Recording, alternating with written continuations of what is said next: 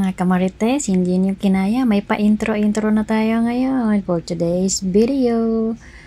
Ito na nga yung napag-isipan ko na iluluto ko para sa aking lunch for today's video. Maraming for today's video ngayon. Wala lang mga kamarites, medyo gutom lang.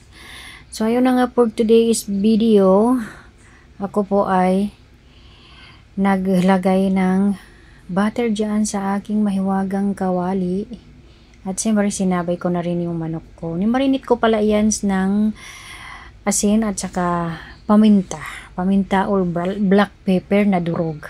Bah, parehas lang yun ha. So ayun na nga, medyo kapuring talaga mag-voice over, no? Ambot. Ay, sige lang.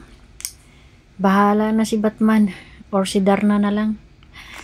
So, yun na nga, medyo paprituhin ko lang yan saglit yung aking manok. Saglit lang. Palabasin muna natin yung aroma niya. Aroma, may pa-aroma pang nalalaman. Hindi ko pala na-explain yung iluluto ko. Ito po ay maraming kamatis, kinamatisang manok. O, di ba? Kinamatisang manok po ito. Naisip ko kasi sana na yung pinya. 'Di ba? May ganun niluluto na pinya, chicken. Hindi ko alam kung anong tawag doon. Paki-comment na lang diyan mga kamarites kung anong tawag doon, yung manok na may pininyahang manok, pininyahan manok. So ayun na nga, dahil tapos na yung aking manok na iprito, siyempre tinanggal ko diyan at doon din ako nagprito ng aking sibuyas at bawang at luya. Hindi ko sila pinaghiwa-hiwalay para naman maging close na sila lahat. And then nang lumabas din ang aroma ni sibuyas, bawang, luya at saka ko na rin nilagay yung aking maraming kamatis. Hindi ko lang alam kung mga ilang kamatis yung inislice ko, pero marami naman siya. Oo, kasi sobrang hinog na yan eh. Mas okay kasi pag sobrang hinog. So ayun na nga, naglagay na ako ng mga pampalasa. At siyempre halo-haloin para naman lumasa. O diba, hindi talaga halatang tamad na talaga mag voice over. At ayun na nga, dagdag pampalasa. Maanghang siyempre, hindi yan mawawala sa aking pagluluto, lalo na pag ako ang lalamon. O diba? Dinamihan pa oh. Tapos siyempre, tinakpan ko at pinapakuluan ko, pinalabas ko yung tubig-tubig ng kamatis kasi po, hindi ko na yan lalagyan ng tubig. Kasi yung kamatis na yan, sobrang hinog na yan.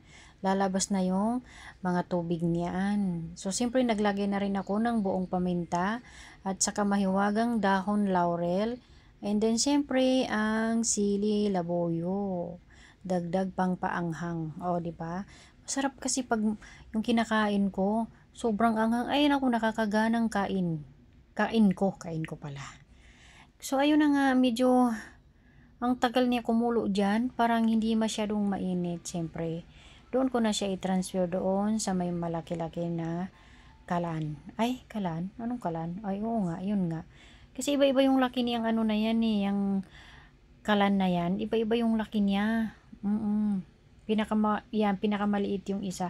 Pero dyan sa nilagyan ko dyan, sa tinransferan ko dyan ay medyo may kalaki-lakihan yan. Okay naman siya. Tingnan nyo naman, kumulo na lahat. Kasi yung sa una kong pinaglutuan, parang kalahati lang yung kumukulo doon, hindi buo. At pakuluan ko lang muna siya ulit saglit ng mga 2 minutes lang or 3 minutes kasi mayroon pang parang hindi nadurog na kamatis. At binalik-baliktad ko na rin yung manok ko. Kasi parang feeling ko kasi hindi maluluto yan pag hindi ko binaliktad eh. Kahit may kunti-kunting sabaw. Pero in fairness, hindi ko yan nilagyan ng tubig. Yung tubig lang ng kamatis talaga ang naging naging sabaw niya. So ayun na nga, medyo okay naman siya at napakuluan ko lang siya ng 3 minutes. Siyempre inahong ko na siya sa kahirapan. Para naman hindi madurog-durog yung katawan nila. At para makakain din kasi nagugutom na talaga ako sa time na yan. So ayun na nga, nagpainit na rin ako dyan ng aking rice. Kasi lumamig na siya nung sinaing ko. Pero nagsaing naman ako, maaga lang ako nagsaing. Saka na ako nagluto ng aking uulamin. So, Kain po tayo mga kamarites. So pa, nauulit-ulit for today's video. Pasensya na kayo mga kamarites, medyo pagod lang at saka tamad na talaga. Thank you for watching mga kamarites.